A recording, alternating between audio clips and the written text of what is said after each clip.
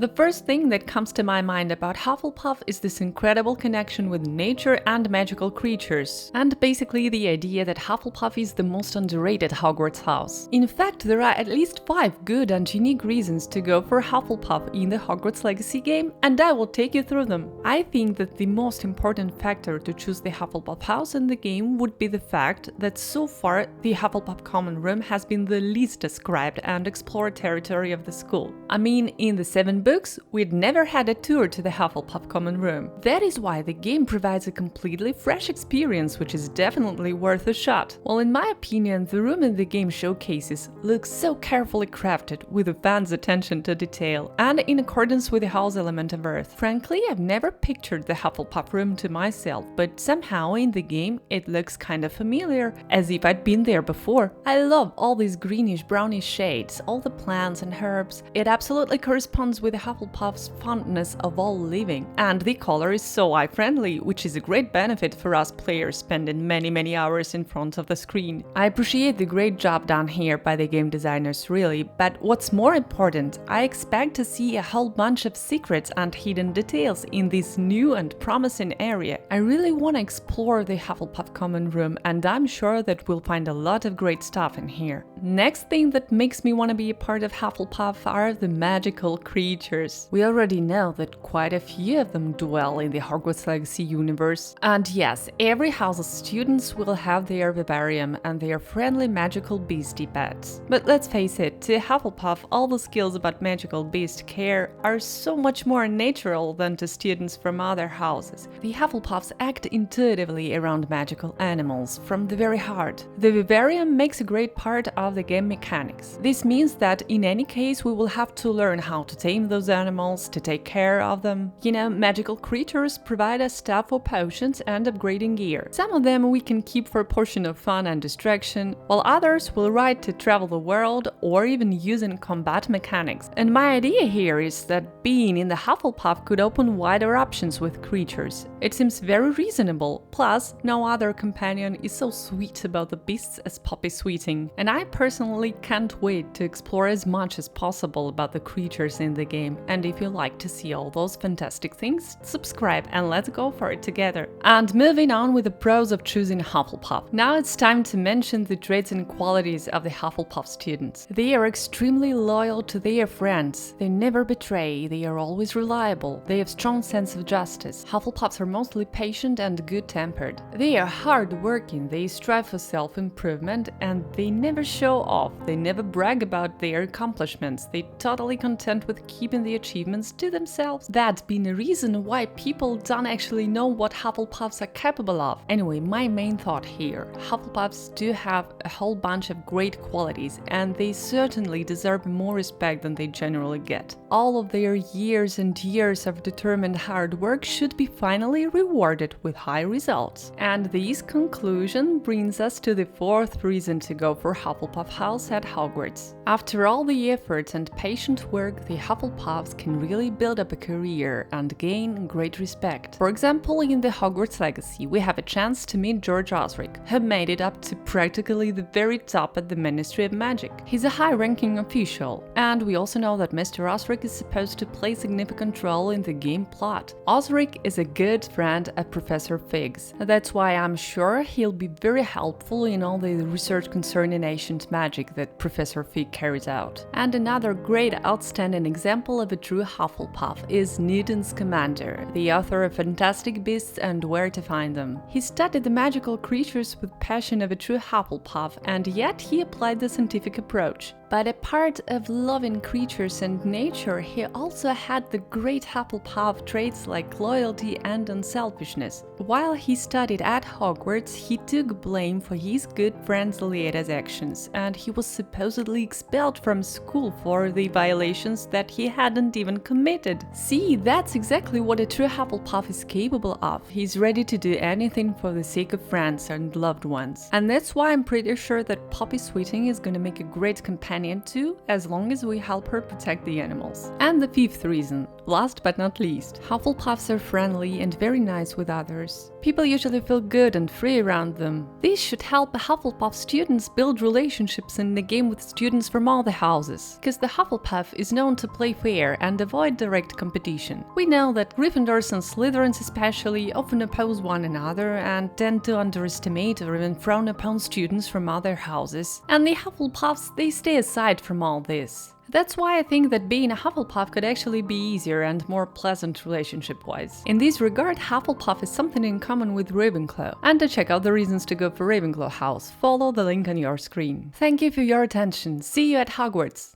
Nox.